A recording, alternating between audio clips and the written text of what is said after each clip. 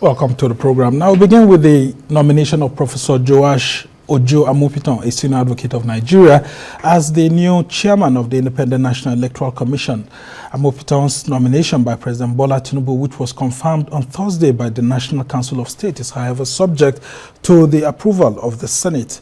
Ahead of Amopitan's confirmation hearing, a coalition of civil society groups and other Nigerians are asking the Senate to release its screening guidelines for public input to allow senators to reach a better decision.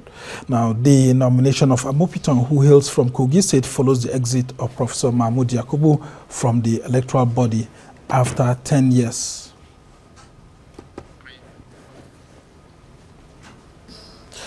Thank you so much for still being here with us. Now, to help us take a look at the choice of the new INEC chairman nominee, his pedigree and suitability for the job, we have joining us now in the studio the national chairman of the Action Democratic Party, Yabaji Sani, and he is also a former national chairman of the Inter-Party Advisory Council, IPAC. Thank you so much for joining us. Thank you for having me. All right. And also joining the conversation is a seasoned election observer and development expert, Emmanuel Njoku, who is the Director of Elections at Connected Development. Thank you so much for joining us. Thank you for having me. All right. So good to have you join us here. And I want to start with you. What's been your reaction so far as a chairman of political party and having witnessed the reign of several INEC chairmen? INEC chairman, I mean, what's been your reaction to Amopitan's name being, brought in place, and then, of course, the Council of State adopting that? Well, mixed feelings, because, of course, first of all, let me congratulate the gentleman for being given this arduous task of nurturing and growing the democracy in the most populous nation, on the continent of Africa. So it's a big task, historic. And from the pedigree that I've read, I think he's up to the task, in terms of his qualification, his experience, his exposure, a legal person, in academia, an administrator. So I think he has the prerequisite, to really stand up to the plate, as the case is. But mixed feelings in the sense that when you look at the environment, because we are practicing constitutional democracy, and the constitution of this country spells out clearly that the person that has the responsibility to appoint the INEC chairman, commissioners, and 37 regs is Mr. President. So there's a big challenge there. We have talked about this, times that number, that it's about time that as a country we take a look at that aspect of the election management and processes, because it's a human being that is coming to be the chair of the institution, and this institution, unfortunately, is controlled by one individual. Again, when you look at the financial aspect of that agency, again, it's still controlled by the same individual. So, although when you look at the financial aspect, the Constitution was very clear as to how the financial activities of INEC, should be conducted, that it should be free of interferences by the executive or any other body. In fact, INEC itself, as Constitution says, should be free from the control of any other agency of the government or anybody. It should be independent. But when you look at the how it comes to be, that is how the man is appointed, that is the downside of the whole thing. So this is why I say it's mixed feelings. It's not the qualification, it's not the individual. Anybody you put there, given this kind of scenario, and given the fact that, we politicians, we always try to see how we can maximize, the advantage available to us in order to take over government. So it's a huge responsibility with so much. So there could be a lot of influence by the appointing authority. Certainly, that is what I'm saying. He's in a vulnerable, position, right. In the sense that this is the person who will give you the money. That one is against the Constitution. We see it, and we still do it, brazenly. Like even that last few months ago, Mr. President went to commission INEC headquarters, which was being built by APC-led government. So that says a lot, because of course it says a lot. Yeah. So this is why one is a bit concerned about what is going to be the fate of this gentleman with all the accolades, with all the pedigrees, with all the qualifications that he's coming with. Look at what happened to Mahmoud, Yakubu, the erstwhile chairman of INEC. The man is sound as far as qualification, everything is concerned. First-class and he brought innovations in terms of this digitalization of the process and things. But what happened when it comes to the issue of the human beings and the environment itself that is operating, under? That was the undoing of the whole situation. All right. So my reaction, like you said, is that yes. Now democracy, it's going on. Mr. President has discharged his responsibilities as given to him by the Constitution, but the implications of what it means in terms of this man doing his job is something that really. All right, that's where our focus will be, actually. And then, of course, I come to you, Emmanuel Njoku, another professor. That's what Nigerians are saying. Could this be the last opportunity for university academics to prove their worth? Because people are saying that we've had Professor Maurice Iwu, and then, of course, we have Professor Atai Rujega, and then we had Professor Mahmoud Yakubu, and another professor from the academic environment. Could this be the last shot for them? And if this doesn't go well, maybe Nigerians will have to start thinking of getting an electoral commission chairman from elsewhere, or other professions, Well, for me, it's not about him being a professor. The presidents and former presidents who have picked professors, I think it's just their choice to pick professors. After all, none of these professors are professors in election management or electoral processes. So I think it's just a thing about the Nigerian society and picking professors, because the professor himself cannot do the job by himself. It's about the institution of government, the INEC. So the chairman is the supervising, is the lead. But then this is an institution that has commissioners who have been there. Some of them grew through the ranks to become commissioners and become members of the board of INEC. Then this is an institution that has over 16,000 staff who have been doing this election work. So it's not about him being a professor. But then for me particularly, what is key is that this person is apolitical, because this has been the concern of civil society. In fact, in one of the conversations we'll have, the threshold we gave to the president was to ensure that any person is going to appoint will not be someone who has not been a member of any political party, at least in the past 10 years. That was what we are looking at. So far, this guy has been appointed. And everybody is researching, everybody is trying to pull out something about the guy, and there's no controversy so far. So I will only hope and trust and believe that when this man resumes work, that he will work with the team on ground and probably build on some of the gains that we have made in our elections in the past 10 years within the Yakubu Mahmoud's tenure. Because if you look at it closely, our elections are not the same. Sometimes we forget what elections used to be like in Nigeria. Even before Mahmoud came into office, as of 2015, I remember that just before Mahmoud came into office, so we are still doing elections in a way that people will need to come to the election, polling unit, and do accreditation, go back home, and come back later to come and vote. All of that under his watch has been changed. People now do some methods, accreditation and voting.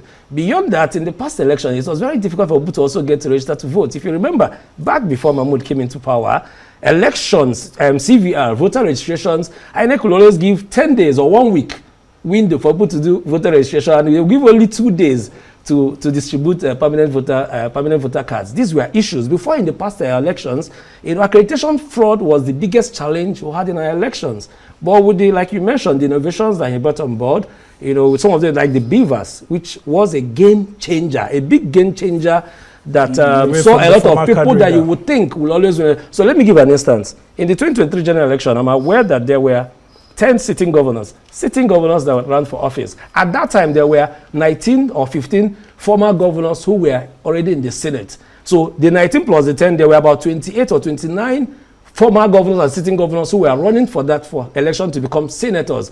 Of that 10 governors, 7 of them lost that election. I think it was the Ebonyi State Governor, Dave Umahi, and just 2 other people that were able to win the election. All of those things happened because of the introduction of the beavers. So as this incoming chairman comes on board, we hope that the National Assembly will do the needful. Yeah, I'm not just asking to take a bow, but to asking questions, to be rigorous in asking him, because, when we talk about the process of trying to say, oh, the president appoints the national chairman. In my opinion, the president alone is not appointing the national chairman. The president nominates the national chairman and calls for the Council of State that has all the former speakers and senate presidents and former presidents and former chief justices of the Federation. All of them will come in that meeting and agree if they want him there. Well, but the president is the chairman of that meeting, and the vice president is the deputy. In this case, they say they unanimously. I mean, they could have said, no, this guy, for these ABC reasons, we don't want him. But beyond that, he goes to National Assembly, where me, you, and I, all of us are represented in National Assembly. So the important thing is for these people who are representing us to do the needful, do their research. So if this guy comes up on Tuesday, they should do the needful and ask the right questions and be rigorous. Because it will be disappointing if we see them tell him, take about, this is one of the most important positions in a democracy. We have in Nigeria. So it's important they drill him, ask the questions to understand and to be sure that he knows what is going in there to do, and he stays apolitical, because at this point, frankly, the trust that Nigerians have for INEC, went low after the 2023 general election. So it's important for people to participate in elections, that this incoming chairman will be able to rebuild this trust. All right, very interesting perspective there. And I come back to you, Chairman. There's been a civil society coalition that's called for the Senate confirmation process to be open, for senators to allow Nigerians to have input. There are so many Nigerians who are claiming that they know the man better than even the president knows him and all of that. How do we ensure that senators do not make this another charade or situation where, they just say bow and go, like he said. And then, of course, later on, you may see controversies or one thing or the other coming. How can they provide an open platform for Nigerians to contribute to the debate and ensure that this person who has been nominated knows the task ahead of him and that he's prepared to surmount those challenges?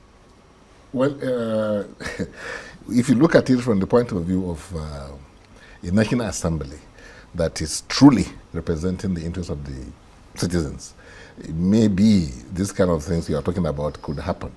But as far as we know, this National Assembly has not given anybody, the kind of impression that they are independent. Yeah, I mean, could they start with this? Because there's a golden opportunity. The issue is this. It's a fait accompli. Why am I saying so? The Council of States you talk about, the Senate President was there. The Speaker was there. And they unanimously said they have agreed to appoint this man as the next as the new INEC chairman. And when you look at it, to me, it's like there's even a conspiracy between the executive and the National Assembly. You have to look at the position of the INEC chairman from the perspective of the name of that institution, which is the Independent National Electoral Commission. It's not for just the fun of it or the fancy of it that they say independent. It's supposed to be independent so that it will discharge its responsibilities, to the satisfaction of the majority of the citizens. But look at what is happening today. I say there's conspiracy. The National Assembly knows that the president has no right to dabble into the finances of the INEC.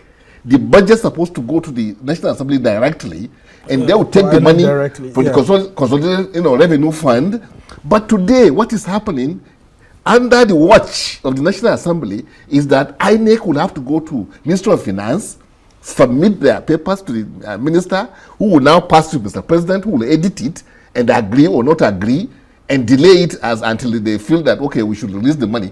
The Constitution did not intend that at all. It is specifically... I guess that's the reason why we had the first line charge. Exactly. So why is National Assembly watching the rape of the Constitution in an environment, in an institution that, like he says, is the most important institution in a democracy? Because without election, you don't have democracy, because people are not allowed to express their views. All right. That's why I'm saying I'm not expecting anything different from what it's going to be business as usual, and you will see. Yeah, he pointed something very important to me. out there. I mean, so the National Council of State sat with the Senate President and the Speaker of the House of Representatives in it. And there was a unanimous agreement. So what is everyone going to do at the Senate? I mean, what's the Senate confirmation here all about again? Can the Senate, if their leaders, the National Assembly, if their leaders have already concurred at the Council of State meeting, can they still say no at the screening? Well, we'll have to see what happens by the time it comes there on Tuesday. That the Speaker of the lower chamber and the Senate President were at the lower council. They are not, the Senate President does not represent me. I am from Imo State. So I would expect that my representatives at the Senate and at the House of Reps will do the needful to ensure, because, you know, democracy and election is one major channel whereby most citizens participate fully in democracy and in governance process to be able to elect their leaders. So and these people at the National Assembly, they should understand how politics works. So whoever becomes the INEC chairman, so it's not enough that you may be in the ruling party today, but by the time elections change, relationships and people realign. So it is also of their own interest to ensure that the right person and that they ask the right questions for their own political interest and their own political career, for them to also succeed in this election. So it's important that they do it and not just, you know, allow the Senate President or the Speaker of the other to decide on their behalf. So me particularly, I'll be looking out to see a rigorous conversation, and I think it should also be live. Because like I said, this is a very important position for a very important institution. So it's important that they put it live so Nigerians can also watch and participate and also be part of this process. Yeah, I mean, the screening process, the credentials, and then the public service records of the candidate and all of that. Yes. I mean, everything being in the open. Yeah. But now let's talk about what lies ahead for this incoming INEC chairman. What exactly do you think it is? Because people have been saying that he needs to return integrity to the resource management system of INEC, and then the issues of even motivating INEC staff, and then also public trust in INEC. And then in terms of funding, how is it going to work with the executive and the legislature to build a funding model that is separate from what people like Mahmoud or Jega worked with? Yeah, he has quite a lot to do, because the INEC he's inheriting is the INEC that, like you said, you know, there's a huge, you know, trust deficit, you know, as far as Nigerians are concerned. You know, an average person working in INEC is looked at differently, you know, because of what transpired, you know, especially the last elections that we had. So this gentleman has a lot to do, you know, in terms of bringing back, restoring, you know, that credibility and trust, you know, of Nigerians in the institution. So, and for doing that, I think he has already this off-cycle elections coming, where he can. I mean, the Anambra governorship election is just waiting there for him. Osho is there, and the Ekiti is there, and all these things. And some people say they don't envy him, actually. Exactly. So let him prove that. No time to rest. Exactly. So I believe that he can use those elections to begin to now bring Nigerians, you know, up to speed in the believing and the trusting that INEC would deliver, you know, where it matters. So these are the things, and it's not only up to INEC, you know, like you have other agencies that are also very, you know, important in the election process in Nigeria, like the police. They are also very important, and the kind of impunity that we witness, you know, I wonder how the man sitting in INEC office can control, you know, the use of the police, the mobilization of soldiers, you know, the militarization of our elections. What of even ad hoc staff? Powers. A whole lot of this ad hoc staff I got from NYC, who he's not in charge of. Exactly. Somebody they won't know he doesn't know then. So, but the one I'm even talking about is the government. The institutions. You know, mobilizing, you know, the powers of coercion, that is the military, the police, and what have you, to go. Coercive apparatus of exactly. So these are the things. So how can Professor Amupitan, what does he do? Who is he? What does he tell the and this is his first experience. So these are the challenges we are talking about. All right. Had it been, INEC has been given that independence that we are talking about, you know, and then also they are given powers to punish, you know, and ensure that those who run foul of the law are brought to book, and then somebody somewhere does not make a phone call to somewhere, and then the man is like, how to go there. No, these are our people. All right, I mean, interesting. I like that phone call aspect, because that's what politicians do. Yeah. I mean, so these are when the they get stuck during election day. You know, in America, what happens is that is the parliament really that Congress that interview, elect, and then confirm election officers and then things like the police commissioners and things like that for different states. So because there is a lot of confidence, trust in the institution there. Otherwise, we are looking for how do we replace the charade we have today, because it's not meeting any requirement as far as independence is concerned, with another system of appointing these officers, superintendents. That could have been one of the suggestions. All right, I mean, he mentioned a whole lot of things, but I wanted to talk about the integrity of the electoral technologies introduced by the former INEC chairman, Mahmoud Yakubu. How do we ensure, for example, that IREV, in terms of electronic results transmission, is legalized in such a way that INEC has the full power? Because some people even argue that, look, if you look at the Electoral Act, that the provisions are there, that there's a way the INEC chairman can actually hold on to that without needing a new legislation. And then how do we ensure that, electoral malpractices are detected by new technologies that may want to bring, and then, of course, the powers to cancel elections where electoral officials are held hostage, either by gangsters and all of that. No, now that's exactly, when we take a holistic look at the 2023 general election,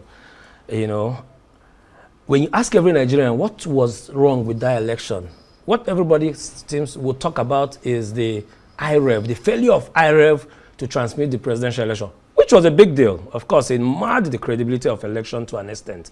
But beyond that, if you look at the election holistically, there were too many wins. In the past, we are aware that a returning officer in a state can make a declaration of any result under duress with a gun put there in their head, and the result stands. Yeah. But we saw situations like in Abia State, I remember, where results were declared, but INEC, with the powers, all these things were introductions in the past 10 years, reviewed that result and changed the result based on what was available. So what I'm saying in essence, I don't envy him, this incoming chairman. He has a lot of work ahead of him, and he has just a very short time. 2027 general election is just a year and about 3-4 months, from here. The primaries will soon kick in. The whole craze with politicians and political parties will soon set in.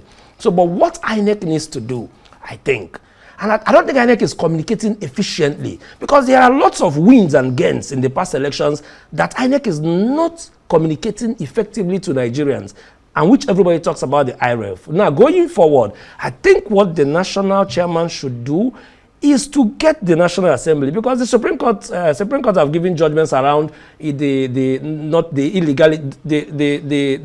fact that the IREV is not a compulsory election transmission, election collation process. So we need to remove all those ambiguities around the electronic transmission of results and legalize the election, because it was a game changer that saw us in 2003 had a multi-party National Assembly. As at the day election was conducted on that 25th February 2023, by the time they declared the results so far of elections that happened, out of the 98 positions that were in Senate, the ruling party at that time had just about 57 seats, which is about 32 or so. While the other parties, 8 political parties. And in that same election, we saw the president of the country now, President Tinubu, lose the election in his state, in Lagos and Osun State. We saw the president at that time, President Buhari, lose election in his Katsina State. Those were the changes that the Beavers brought into action. That biometric accreditation. Before,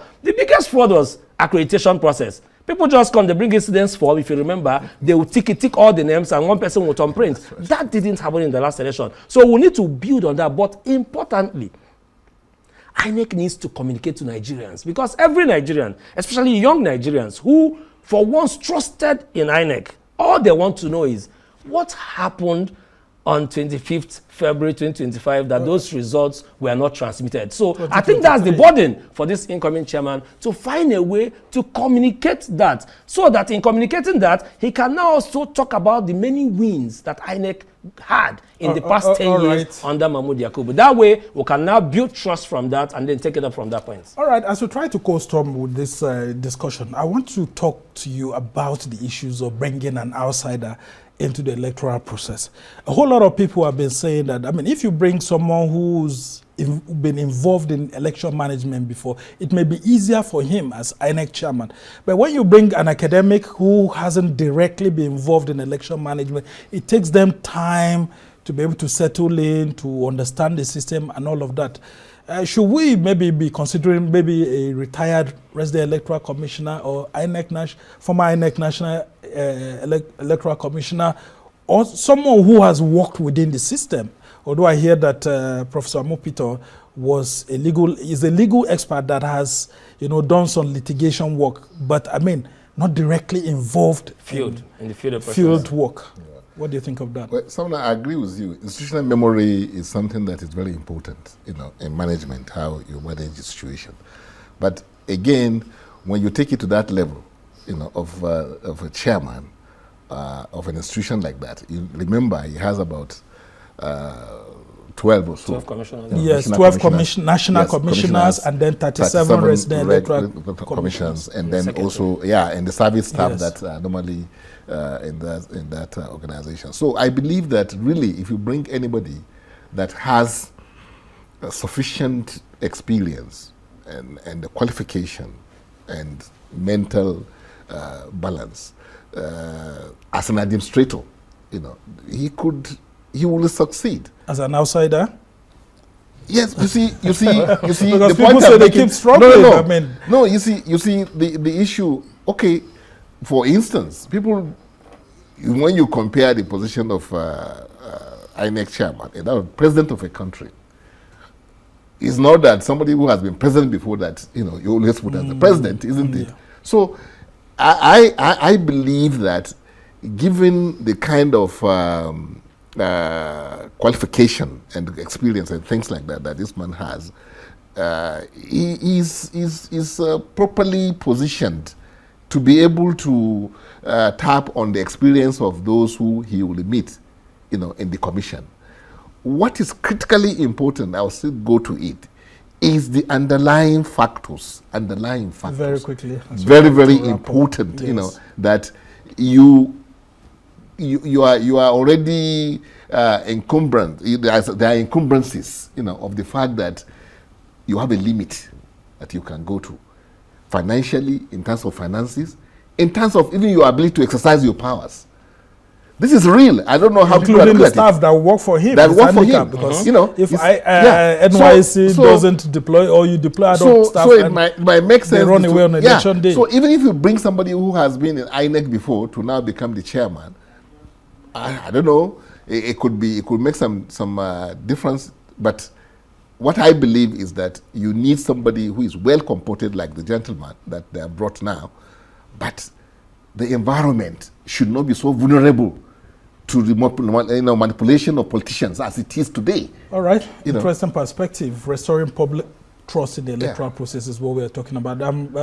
Just quickly before we wrap up, what do you have to say about that? Bringing an outsider or picking someone who has had an experience with I think this conversation is late already because it's late. But of course, building on future elections. But in the future, I will always think and I believe that there are seasoned INEC people, and I understand within the commission and the board, the management of INEC, there are people who have grown through the ranks and have become to that level. I understand this process and the field work. That's why I say I don't envy this INEC chairman. I pity him because he's going to dive into the messy waters of a general election that is just 14 months. Mahmoud Yakubu had 5 years experience. 5 years experience first in 2015 to 2020, and then his second missionary journey. So 8 years into the system, he still had that level of chaos in the 2023 general election at the point when despite all those exposures and experiences. Despite all that exposure. So you see, this guy that is coming in, what we'll be trusting is not him, but the institution, which is INEC, this management, the over 16,000 staff of INEC, who will be the one to go to the field to do the job, to do the needful. But his leadership counts to ensure that the staff will do the right thing so that we'll have credible elections in 2027. All right, one last word for Mahmoud Yakubu, who has retired now. I'm very sure he will be somewhere there, maybe sipping his, juice or coffee or whatever it is, and enjoying the whole drama that Nigerian politicians like you are known with. One last word for him. No, I believe that he came, he saw, he conquered, but I don't think he was fully fulfilled because of that experience of 2023 elections. Because I remember when I met him, during that collation, and the way he looked and things like that. Believe you me, you know that this man is sufficiently, traumatized. So I'm sure he will live, until the end of his life. That is the only sore point, in his career. Otherwise, I don't know which INEC chairman that can come near him in terms of, reforms that he has introduced, and things like he says, the beaver, the IRF, and all these things. Those are game changers. But the human mentality, our Nigerian factor, crept in, and that was the fiasco. For him, very quickly. For me, my message to Professor Mahmoud Yakubu is straightforward. He's no longer the INEC chairman. He's not bound by the powers of Abuja and government. I think in the interest of accountability and closure, I think he owes it to Nigerians as the head of INEC within the past 10 years to tell Nigerians, and not just Nigerians, the global community, what happened on 25th February 2025 when the IREF failed. 2023. When the IREF failed. And he doesn't need to wait for the next 20 years like General IBB to do a memo. I mean, he needs to tell us now so that Nigeria can build on that, to continue to build. Yeah, especially how it worked for the House of Reps and the Senate, but when it got to the presidential election, he needs to say it. Something happened. I feel that's a burden that he needs to tell Nigerians. Whether he wants to put it in a memo, he wants to do it like a leaked conversation, but Nigerians deserve to know. Taxpayers deserve to know. But it's not only Mahmoud that should tell us. National Assembly should tell us why they didn't make IRF to be compulsory. I mean, a legal document. Yeah, but I think it was oversight on all of us. When the electoral act was passed in 2022, we all thought it was. So could it have been deliberate? I mean, is that what you're saying? You guys, civil society, you went to National Assembly when they said that they brought somebody from the NCC that we don't have technology that can. Yeah, there were a lot of back and forth. And we kept demanding. We don't have enough network. And that was the major challenge in that electoral act. See, they eventually passed it. Why did it now come out? But it was Supreme Court that now eventually defined it, and that's why I say all those ambiguities. We don't need to wait for Supreme Court. We don't have enough conspiracy between the National Assembly and the Executive to undo Nigerians. Going forward for as far as elections are all right, guys. Unfortunately, we don't have enough time, but I mean, I'm very sure Professor Mahmoud Yakubu will be listening to you, and of course, these are pointers to what the future should look like under Professor Joash Amopitan if it's eventually confirmed by the Nigerian Senate. But we must thank you so much. Emmanuel Njoku is the Director of Elections at Connected Development. Thank you so much for immense wealth of experience in this job. And then, of course, our own National Chairman of the Action Democratic Party, ADP, Engineer Sani. I mean, a whole lot of experience on these issues, and we hope you politicians will allow the system to work in 2027. It's in our interest. We must thank you so much.